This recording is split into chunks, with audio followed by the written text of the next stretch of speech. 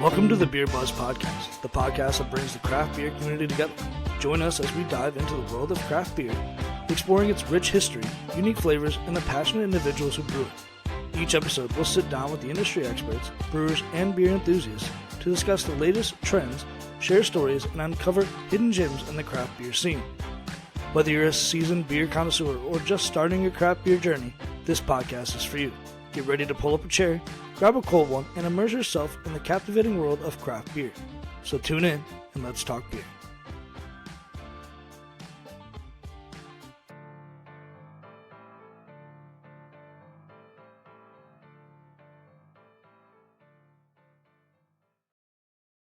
What is going on, and welcome to the Beer Buzz Podcast. I am your host, Dakota. With me, as always, my buddy from Wisconsin, Pete. What's going on, boss? Hey, what's going on, guys? Today's a big day. We have our first official podcast guest. I've known this dude a little bit. You've known him a little bit longer. From TikTok, Michigan beer drinker, Joe. What's going on, boss? What's up, everybody? Super excited to be here. Super excited to banter back and forth across you guys with some beers. I'm happy to be the first guest. Yeah, it's kind of the inaugural guest. So I don't know if you get a fucking prize, maybe a fucking beer. I don't know, just a little fucking crown. But nonetheless, I'm happy to have you on. I know you guys banter back and forth with on TikTok lives and Instagram lives, but now we get to switch to the podcast form. So nonetheless, let's jump right in. Today's topic of discussion is East Coast versus West Coast, and I think it's a huge topic. I don't think people really understand the severity of how cool like the difference in IPAs are. And right now, you guys are about to go toe to toe, maybe like a 3-round bout, discussing the differences, the similarities of the East Coast style and the West Coast style. But before we jump right in, Joe, what's in your glass?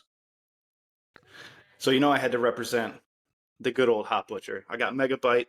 This is a double IPA, 7.5% Citro Amarillo hopped. This is going to be your New England style East Coast IPA through and through. My favorite style of IPA.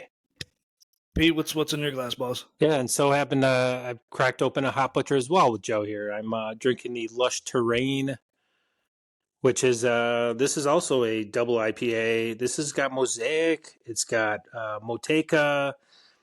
Oh man, a lot of different hops I've never even heard of, guys, and Wakudu. I don't know how to pronounce some of these fucking hops. I'm not gonna lie. some of these fucking names. Yeah, YTT? I don't know. This is experimental hops, I think. I don't know what's going on. I've never heard. Have you heard of these guys? Heard of these? Those are the Wakanda hops. Wakanda hops. Yeah. Wakanda forever. Did you just say Watiti? Like Watiti? Like is that what you just said? It kind of looks like that. Watiti or titty or tiki. I don't know. Pete's suckling on that IPA down there. He's suckling on that Watiti hop. Yeah. But I love Hop Butcher because they always do the tasting notes on the back of the can for every beer that they do. So I mean, this one's zesty grapefruit, sweet lemon, lime, and pleasant grapes. So for the people that, and it's pretty accurate too on the flavor. It's a beautiful color, beautiful haze. For the people that don't know, what is the infatuation with Hop Butcher? Like, what makes them so? Like, what makes their beer so good? I'll Pete go first. I mean, the consistency of every beer that they come out with. I mean, it's all kind of the same, but like the nice creamy mouthfeel that you get, the hoppiness, the citrus. It's just an easy drinking beer. It's not too bitter.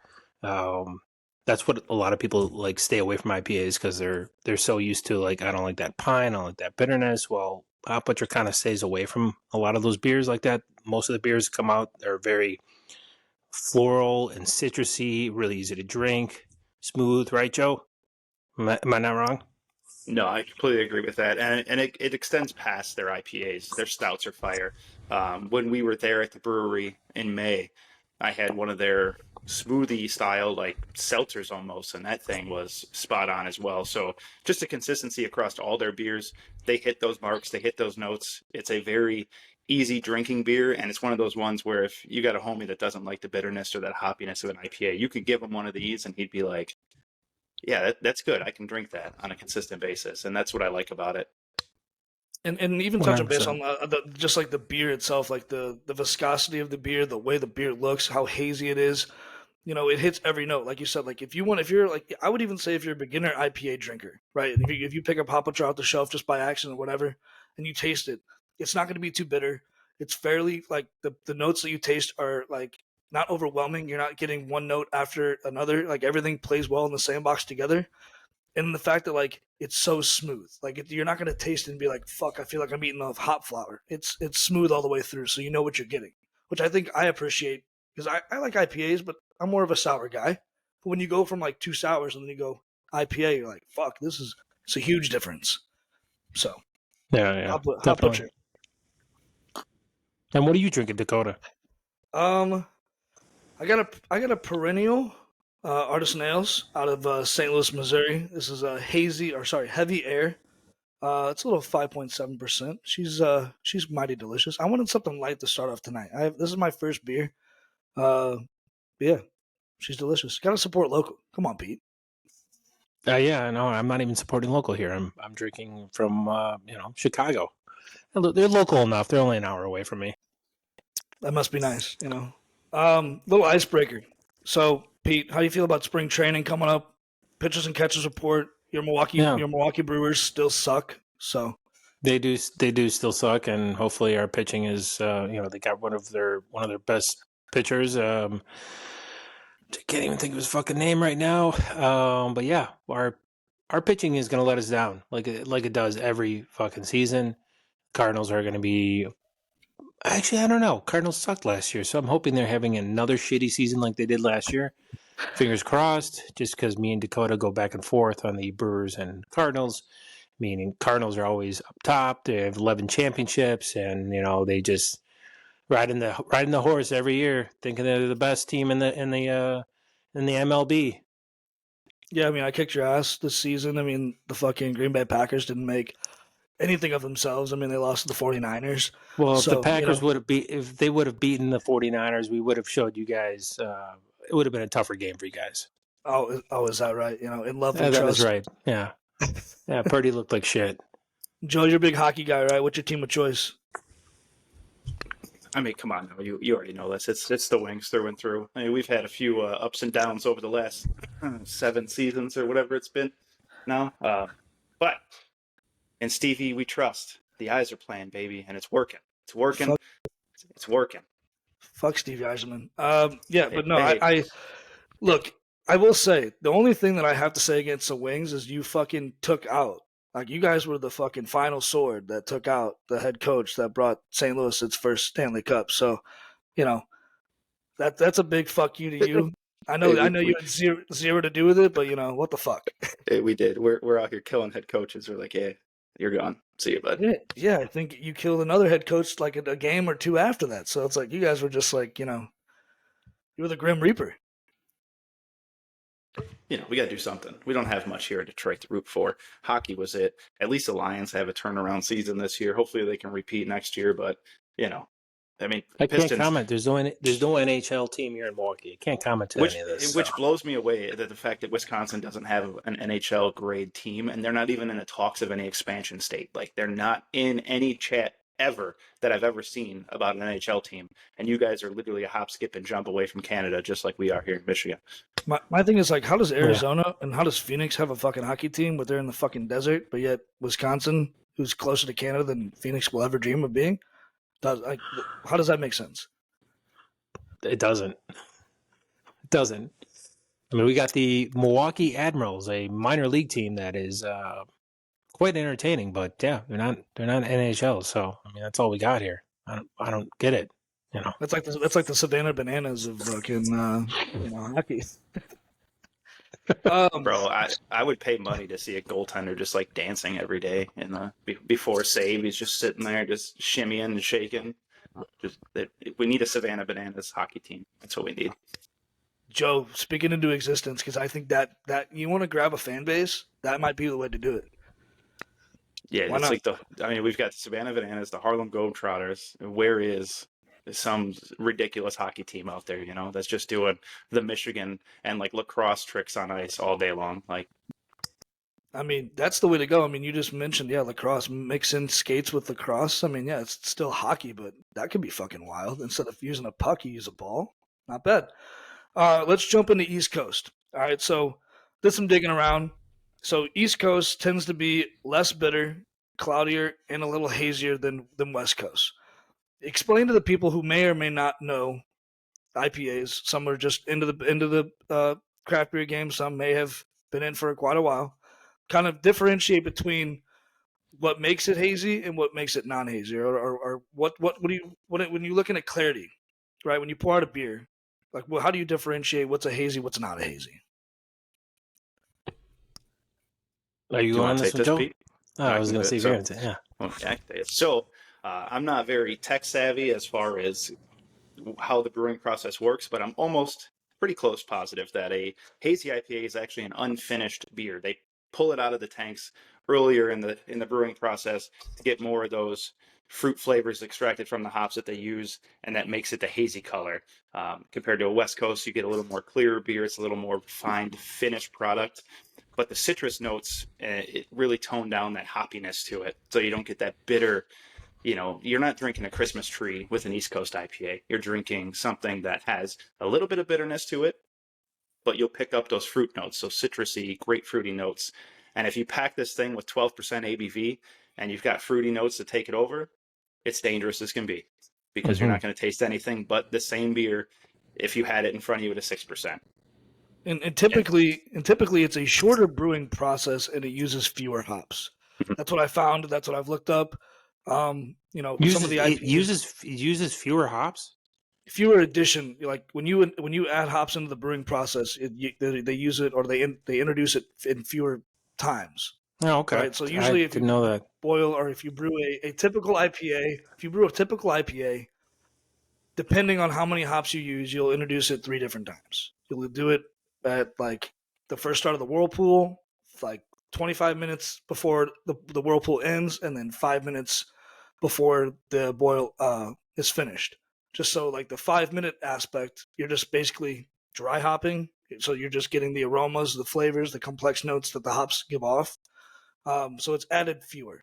Whereas, like, if you're boiling or making a more complex beer, that it adds more additional hops to it, such as a West Coast, um, they'll add them more. They'll add it 4 or 5 times. So Hmm. that's kind of differentiate. Cool.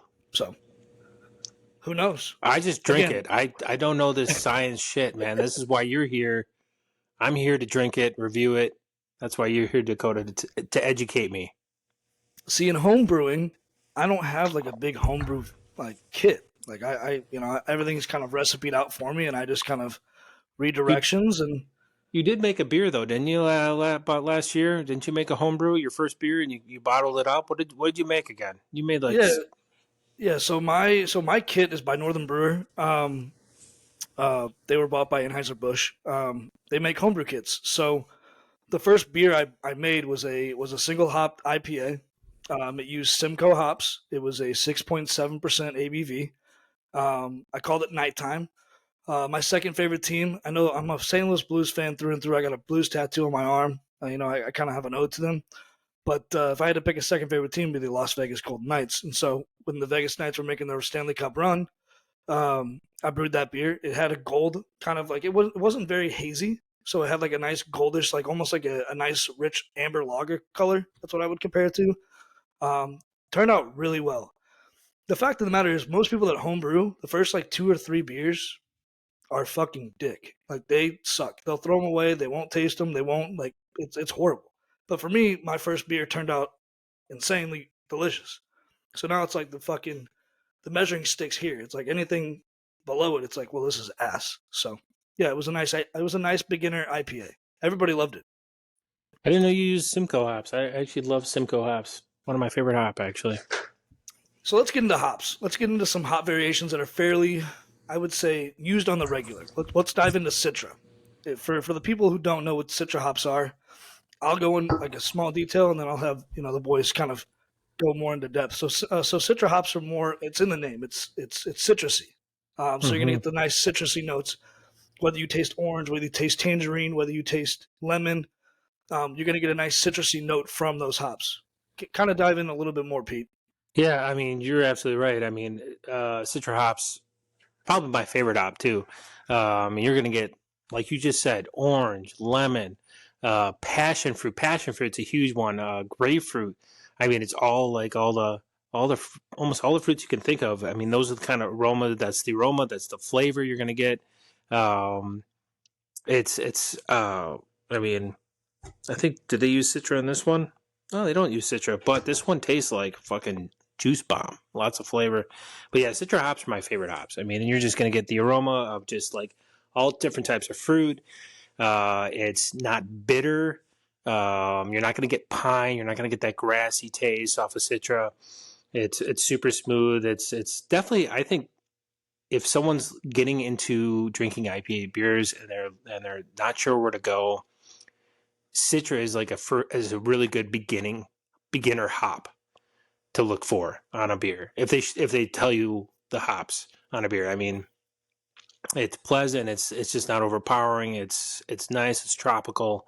It's an easy drinker. I mean, I definitely recommend anybody who's getting into drinking IPAs to ask and look for a beer that's got Citra hops.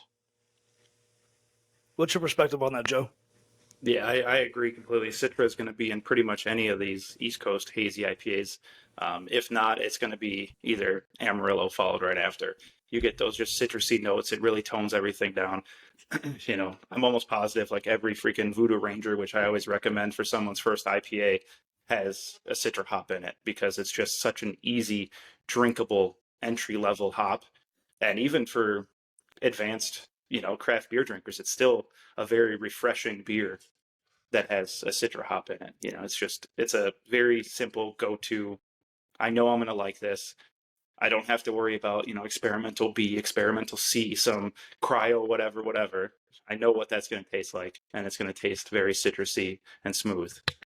Yeah, and I like that you guys said that you guys appreciate like Citra hops. That's something that I have come to realize is like there's some hops that I just don't like, and it's okay to not like those hops. Now, if you get a beer that has one of those hops in it, you just kind of hope that the other hops kind of overpower it a little bit to kind of take away the dislikeness. But yeah, Citra hops for me are one of those hops that as soon as I get a beer with a Citra hop, like I know it's gonna be a juice bomb. It's gonna have some sort of citrus notes to it. I like fruitier shit, so that's something that I look for in a beer with hops. Is like, okay, is it gonna be fruity? You mentioned Amarillo hops. You want to dive into that one too?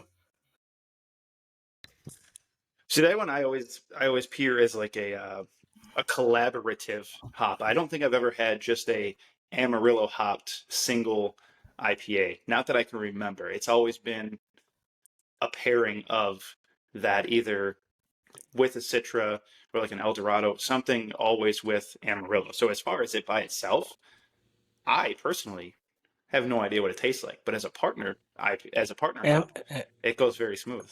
And Amarillo is actually used in both types of beers. They're used in West Coast and they're used in East Coast. Yeah, West Coast, because Amarillo's got a little bit of a spicy note to it. Almost pepper, a little bitterness, a little tree, and then it's also got like a side of like floral, a little tropical. So it's a multi-use hop. I mean they can use it in East Coast and West Coast. From beers I've seen. Another one that I want to get into. I've never seen a straight Amarillo hop beer. A single hop. I've never seen that. I don't think because it's one of my least favorite hops. To be honest with you. Okay. When I see it on a beer, and I'm like, oh, I don't know if I'm gonna like this because I'm slowly getting into those West Coast beers. I wasn't a huge fan of the really bite bitterness of a West Coast, but it's starting to grow on me.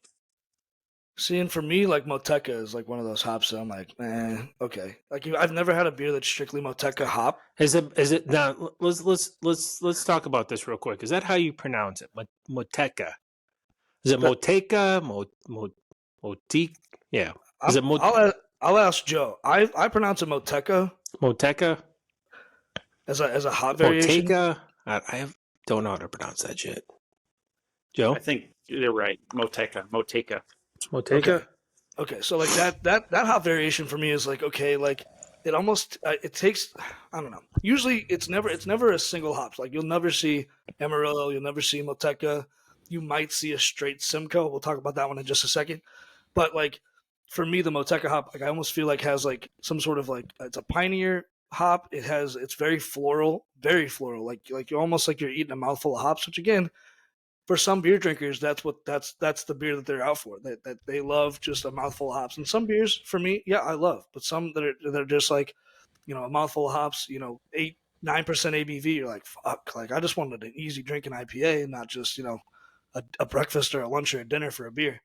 But let's talk about the other hop that I wanted to talk about before Simcoe is Nelson Seven. What's your guys' take on Nelson Seven hop? I don't really know that hop too well. I wrote some notes down, but actually, funny enough, I didn't even write that hop down to even look up. But Joe, do you know anything about that hop? Another one that's just blended in with a lot of the beers that I drink. So I'm assuming it has a very basic flavor profile to it, It's one of those things too. It's like I want to be able to do like a collaboration where we like sit down and kind of like smell the hops, and then like maybe like have a beer that's strictly just Moteca forward or Amarillo forward or Nelson Seven forward. That way we can us beer drinkers can be our palate can be a little bit more experienced when tasting that hop. Because then like if we're tasting a beer that has fucking all seven of the ones we just named, we can Yeah. be able to be like, okay, the first note I get Citra. That's most of the time when you have a Citra hop beer, like that's the first note you'll taste is citrus. And then if you have one like with Moteca or Amarillo, okay, what is the aftertaste like? What's the body feel like? What does it feel on the mouth? What does it feel on the tongue? How does the taste feel? After you get past the Citra hops. So Yeah, that would be great. That would be a great episode. I'm just wondering how the fuck are we going to be able to get like individual hops that we can like literally smell? I mean, could we go to You can we buy buy them. them? Yeah, but are we going to buy? What are we going to buy? Just a couple? I mean, what are we I don't doing know. here? I mean, honestly, we could get our hands on some mead, like we can get it like or wort. Literally, it's just non-alcohol. It's just hopped flavored fucking sugar liquid. Where there's a will is a way, Pete. I mean, we talked about I was getting going a to say sponsorship.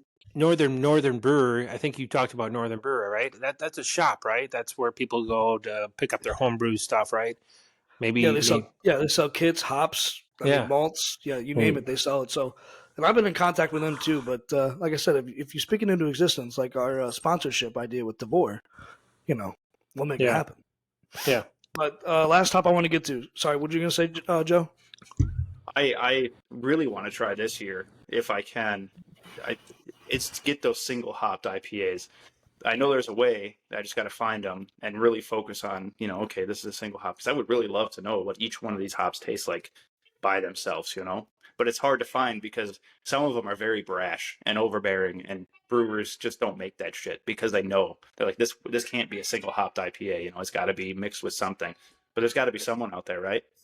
Yeah, absolutely. And I think Pete touched on it last episode or 2 episodes ago. Is like the experimental hops, right? Fuck, we're just starting to get a basic knowledge of the hops that everybody uses, every brewery uses. Now we're starting to get into fucking experimental hops. It's like it's hard to keep track.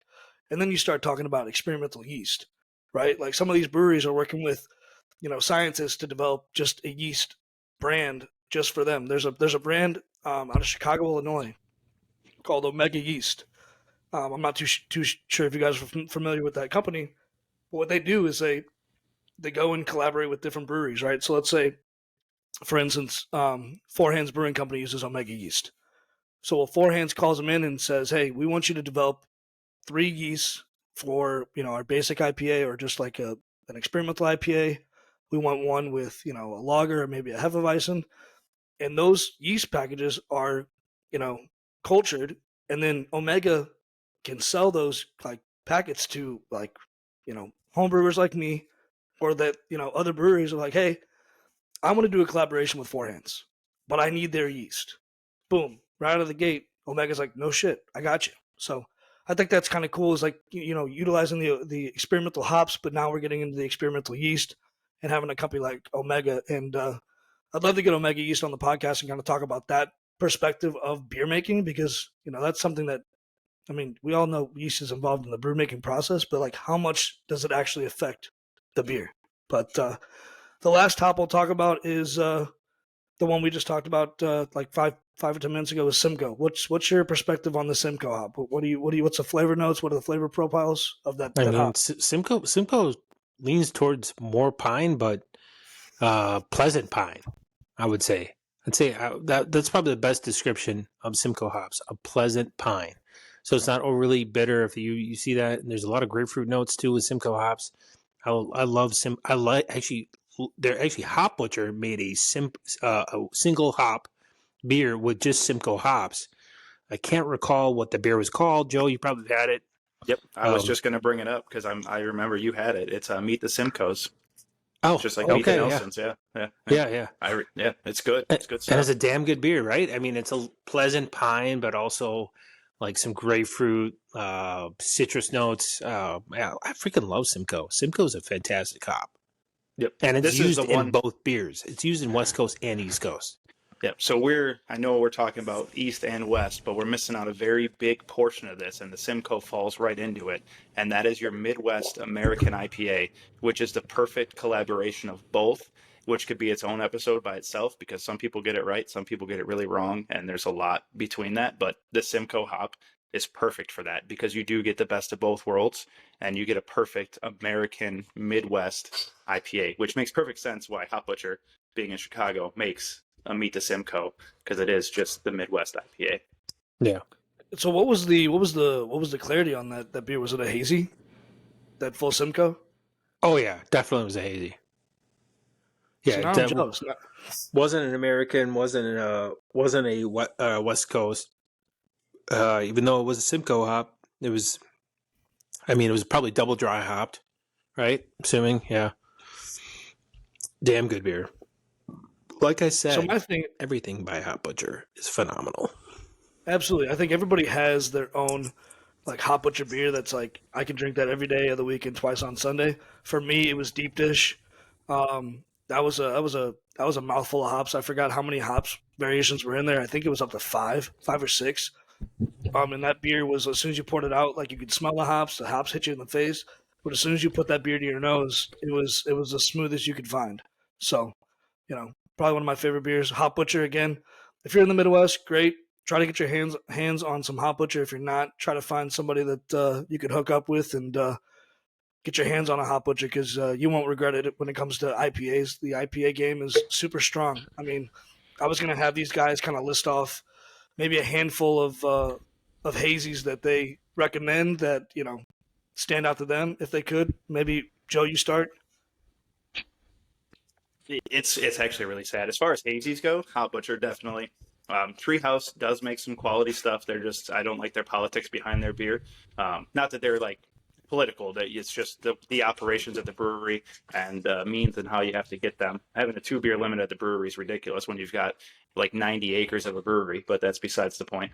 But then I fall into a lot of West Coast breweries that make some fantastic hazy IPAs, and like the Brew Hosts, the Troons, I mean, just unreal West Coast breweries that make North Park, that make unreal New England IPAs that are on the West Coast. I think those are some of my favorites for sure. I mean, I got a North Park tattoo, so I love me some North Park.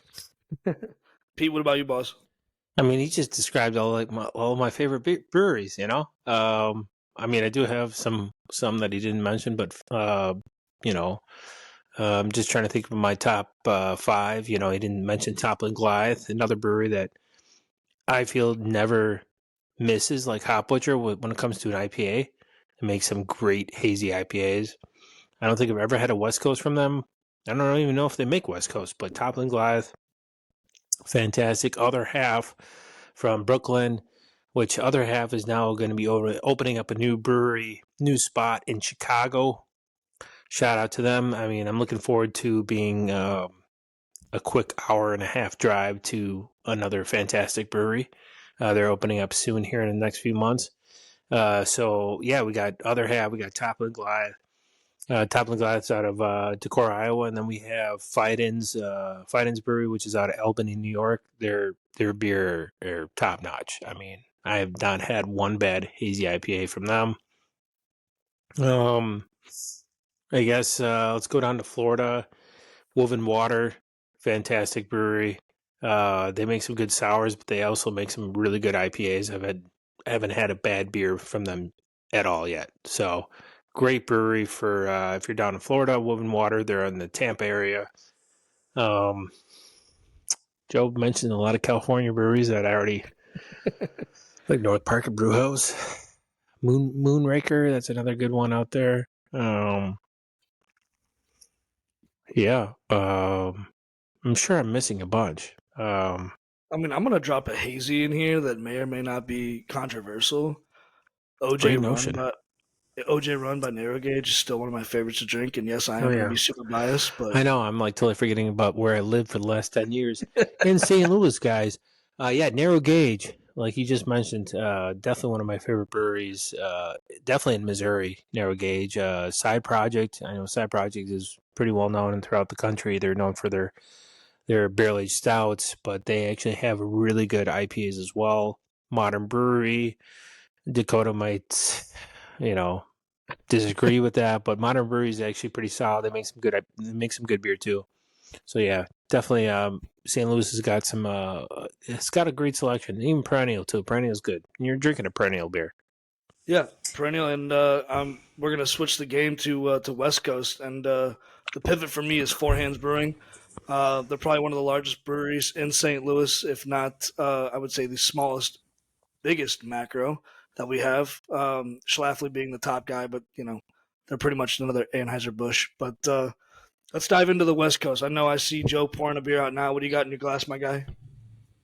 So this is Everywhere Brewing from Orange, California. This is the first time I've ever had anything from them. It's just a straight up West Coast IPA. There's no hops listed on here whatsoever. So we're going in, but it's gladness. I I don't know it, but you could definitely right off the rip. I mean, see the difference between the East Coast and the West Coast. This boy is clear. It looks like I just poured up like a Kolsch or a lager. Like it is crystal clear. I can see everybody right through it. Pete, what's in your glass, boss? And I don't know if this is an actual West Coast, but it's definitely not a hazy. It's definitely not in New England. So I'm off to New England at least. And I mean, look at the color. It's dark. It looks like an amber. Actually, it almost tastes like an American IPA. A little maltiness, more bitterness, not so tropical. Um, well, it does say an American hop assault, so maybe it is an American IPA. But we're getting close. I literally tried to find a West. I know we were doing this podcast tonight. We're going to do East Coast, West Coast, and I was at like two shops looking for a single West Coast beer. Funny enough, all I saw was East Coast, East Coast, East Coast, hazy, hazy, hazy, hazy. Couldn't find a fucking um, West Coast.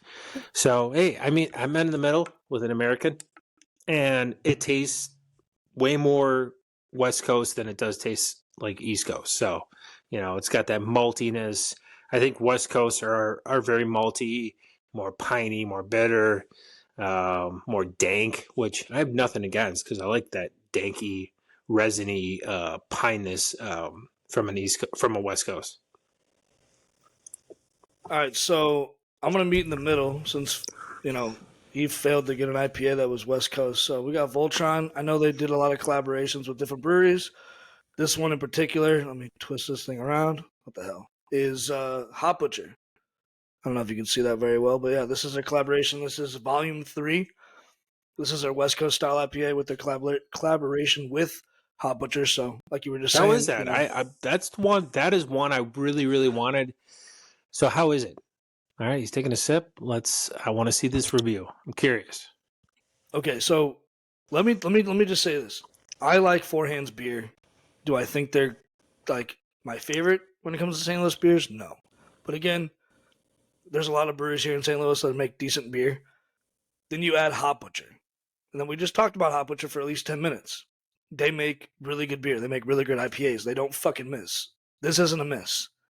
So for Four Hands to put their name as a collaboration with Hot Butcher, it should fucking taste really good, and it does. So That's good. That's good because what was Volume 1? It was Four Hands and what, like other half? It was two bangers, right?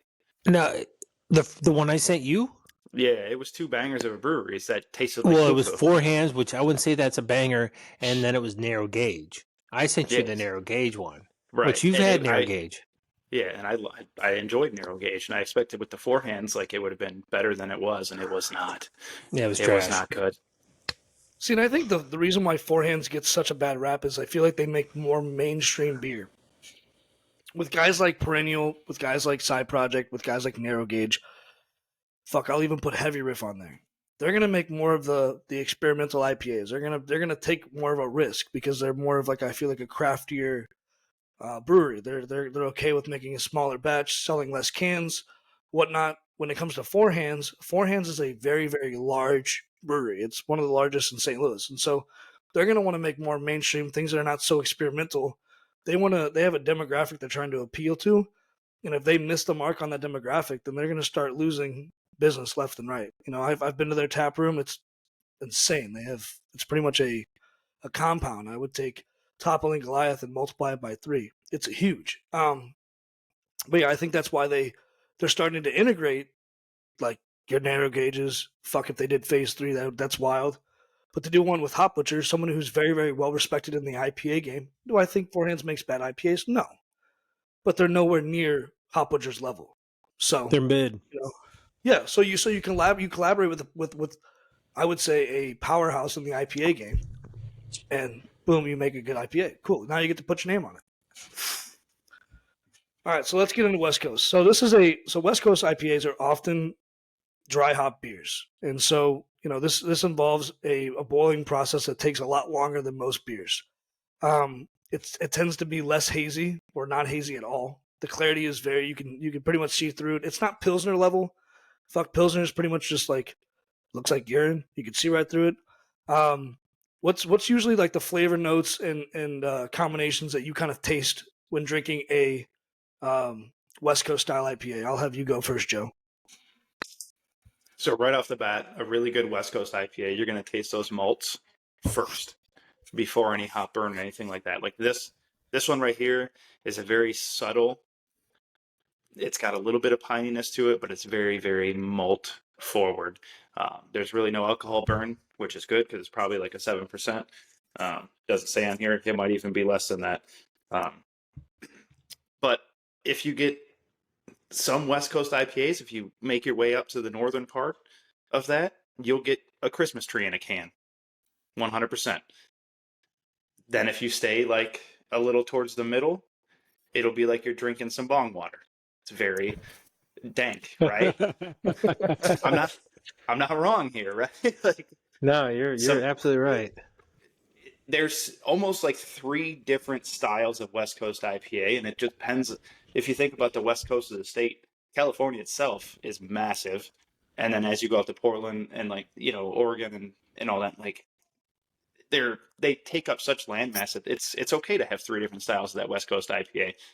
You don't get many that do all 3 well, but people are very adamant on which version of those West Coast IPAs they like the most. Me personally, give me a little bit of pininess, a little bit of dankness, and a little bit of maltiness, and you got me sold. I don't mind drinking a little bit of nature, even though it's all nature, but I don't want to be chewing on a Christmas tree. What do you think? What do you think? Do you agree? Disagree, Pete? I totally agree with him 100%. I just like how he said, like, the further south you go, it's going to taste like bong water. He's right about that. Yeah, no. Yeah, West Coast beers. And I've had plenty of piney tree tasting beers. I'm trying to think of the OG of West Coast beers, Russian River, the Pliny the Elder. Everybody fucking talks about it. And then I had it. I had Pliny the Elder. I had Pliny the Younger. Done it all. And yeah, Pliny the Elder is good. It's a good beer. It's a good fucking West Coast beer. There's nothing bad about that beer. It's a very good beer. And it's very piney, very tree, dank, skunky. But it's very pleasant though. It's pleasant. It's definitely not for someone who's just getting into West Coast beers. If you're just getting the IPAs, you are not going to like that beer. But me and Joe, we've had plenty of IPAs. Our palate is used to those kind of flavors, so I was just thinking about it because like our friend Louie out there, they just dropped Pliny for president. Joe, did you get that one or? No, Louis ended up getting 2 of them at Whole Foods, but that was the only limit. And said he was going to go back in and try to get more, but he never did. Hmm. So I have not had Pliny for president yet. But yeah, Russian River, they're the OG. They're the ones who like started the West Coast beers, apparently, right? I mean, they're the ones who became famous, or I don't know, started. Yeah, it's them and then Heady Topper on our end of Oh yeah, things, Heady right Tap, on but the East that's Coast. East So Coast, those are yeah. the 2 like OGs. You got Pliny at Russian River, and then Heady Topper on the East Coast, which we've had both of those. We've been blessed to have so many beers. And between me and Pete, I mean, we're probably at what 2,000 different beers between me and you now. Yeah. Between me and Joe, we've tried them all. We have tried It's the best of the best. There's still a lot of absurd. breweries I haven't tried. I mean, California's got like 1,000 breweries. Still lots of beer for me and Joe to try, but we've definitely touched quite a bit. And I'm always looking to try new breweries too. This year I'm literally focusing on trying to get involved with trying new breweries and not being so focused on trying all the hype breweries, which are like Brewhouse, North Park. I love those beers, but there's just so many other breweries in the country that I wanna try them all, man. I want to take a road trip. I want to try every fucking brewery in the country. That is a goal of mine. I got a question, Joe. I asked this Pete. I think I asked this to Pete maybe an episode ago, and we'll jump back into the West Coast game. But I'm curious. So when it comes to beer drinking, you've done a decent amount of TikToks, you've done a decent amount of reviews. Would you say that you think, or maybe you're close to having at least one beer from every state? I have a map, and the only states I'm missing are the Mormon Bible Belt. The dry states that I just have to find somebody that lives there. But yeah, I've damn near had a beer from every state, If multiple you beers from if you every state at this point. if you had to pick a state, and I don't think I asked this to Pete, so I'll ask this to both of you. If you had to pick a state in which you think almost represents the beer capital world that makes literally hand over fist some of the best beer, which state would you have to choose from? You could be a homer. You could say Michigan. I don't give a fuck. Michigan makes good beer, but I don't think anyone touches California, and that's just because they've got the quantity over everybody else. I would say close second, probably Texas, and then Hmm. I would go hometown guy from Michigan, and then it would be like Jersey and any of those East Coast states up there for sure. What about for you, Yeah, Pete? yeah. I mean, he's not wrong about California and Texas. Great breweries out of there. I'd say my 2 other favorite states with great craft beer are Florida and New York. Yeah, fuck yes. Florida and New York. Yeah, New York. You got Fidens. You got fucking Froth. You got Equilibrium. You got Other Half. I mean, a lot of great breweries in New York. Florida, you got Woven Water and Corporate Ladder and Spanish Marie and Invasive Species and Civil Society and there's I know there's another one I'm missing, but there's a lot. People don't think of Florida having great breweries. There's a lot of great breweries in Florida, especially on the West Coast side, Tampa area. So many great breweries down there. Yeah, I like I that. agree with that. I forgot about New York too. New York, unreal beer out of New York, man, unreal. So I got a question. So when it comes to West Coast IPAs, usually like the brewing process is a lot longer. There's typically more hops added to the brew, like start to finish. And a brew day could take 3 to 8 hours. I was talking to our good friend Lucas, um, about the different processes in which brewing beer happens. What takes longer, what takes less time or whatnot, and the West Coast style IPAs take a lot longer. But when it comes to pouring one out, when it comes to tasting one, do you think when it comes to drinking an East Coast as opposed to a West Coast, do you think when you put the nose to the glass, do you think one has an overpowering flavor or aroma more than the other? Definitely. You're gonna get more maltiness on the East Coast, or sorry, the West Coast versus the East Coast. That's like the first initial like taste you're gonna get is that malt, followed by like pine, and then you're gonna get tropical notes too. There's plenty of West Coast beers that have that tropical citrus notes, which is kind of like that's why I'm kind of getting into those West Coast beers now. They're a little bit different. They're a little bit more pineier. But then you drink it. You're gonna get that malt. You're gonna get the pine. But on the back end, typically, depending on what kind of hops they use, you're gonna get like kind of floral. You're gonna get a little bit of citrus, and it's very like pleasant. I don't know. Your palate has to get used to that because if you're just diving right into it, you're not gonna be like, this is not like my usual my New England IPAs. So it's something you have to get used to. It's definitely not. I think anybody who is diving into IPAs for the first time, they need to lean towards the East Coast beers first. Yeah, I 100% agree. I'm going to use the analogy here is West Coast is black coffee, right? It lingers, it hangs around for a while. You can't, I mean, some people can. Me personally, I can't just pound West Coast IPAs. They hang around, they're harder for me to drink back to back to back. And if you add like a triple West Coast IPA, is going to be very difficult for me to drink, where a triple East Coast hazy IPA, I'll mow through no problem. East Coast is going to be a bunch of creamer in that bitch, and it's going to taste amazing, my opinion. Some people love black coffee. I don't. I love some creamer in my coffee. I like that Same here, analogy. Joe. I literally was about to ask that same question. It's like, okay, if you had to differentiate between the two of them, how are you going to separate them? And I like that analogy. I'm not a big coffee drinker. I definitely don't like fucking black coffee. So having that analogy, I think, will definitely help some of the viewers who are just getting into the IPA game, because IPAs tend to be scary, right? If you grew up like I did, you grew up in Anheuser Busch's backyard, so you were drinking fucking lagers, pilsners, the lightest of the light. And then as you start getting into the craft beer game, you're like, what the fuck is this? What are hops, right?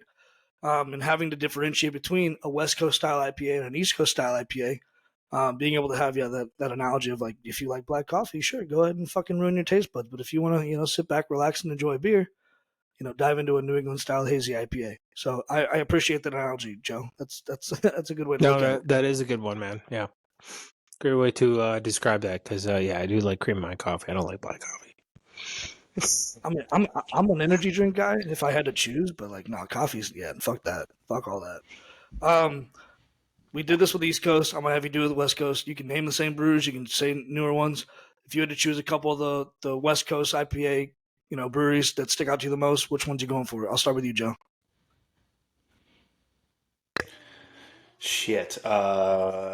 North Park is right there, as always. Have you had a West Coast from North Park though? I have, actually.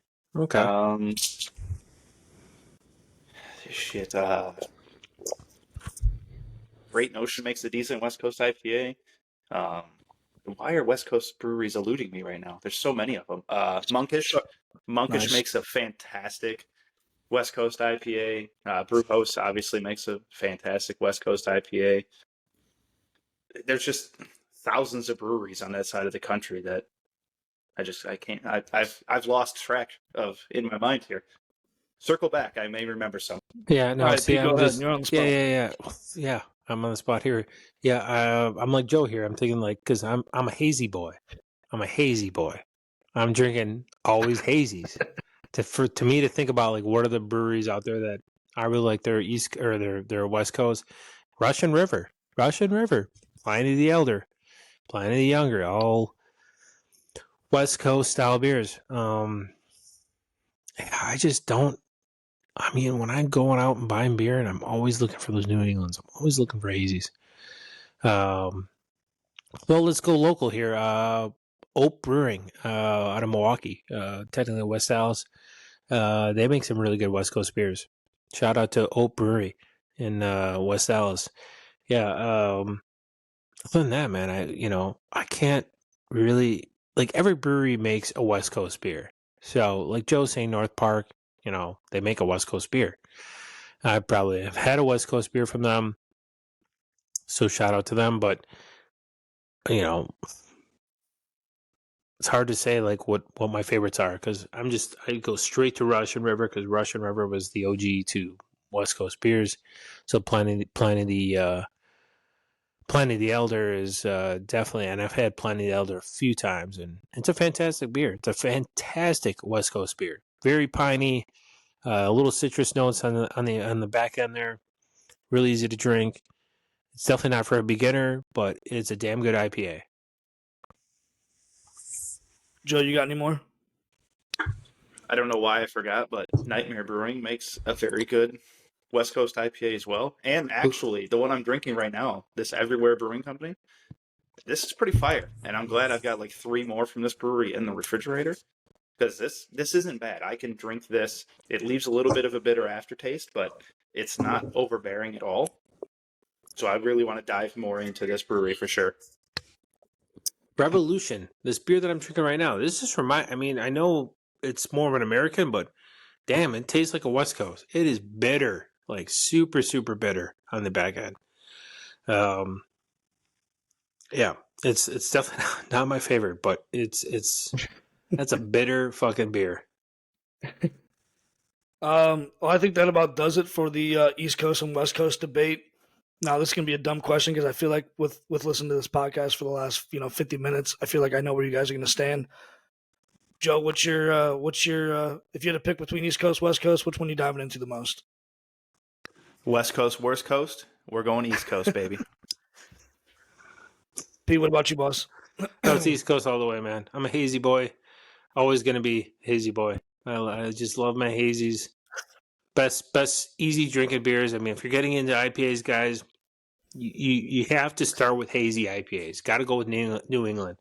That is going to be the best way to get into drinking IPAs because it's just more pleasant. It's just as on the palate. It's just not in your face. Easy to drink. It's those are the best IPAs out there. No, I would agree, and I feel like I'm gonna stand as well with Pete and go with I'm a hazy guy through and through. Hot Butcher again makes some of the best hazies in the world. That's why they're called Hot Butcher for the world. So yeah, I'm gonna have to go with the hazy.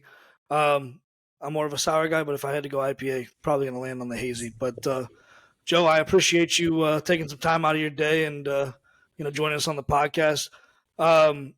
If you want to find Joe, go ahead and hit him up on TikTok. He is at Michigan Beer Drinker. He's rapidly approaching 30,000 followers, and you'll have to check out his TikTok to see if he might be doing something fun once he gets the 30K realm.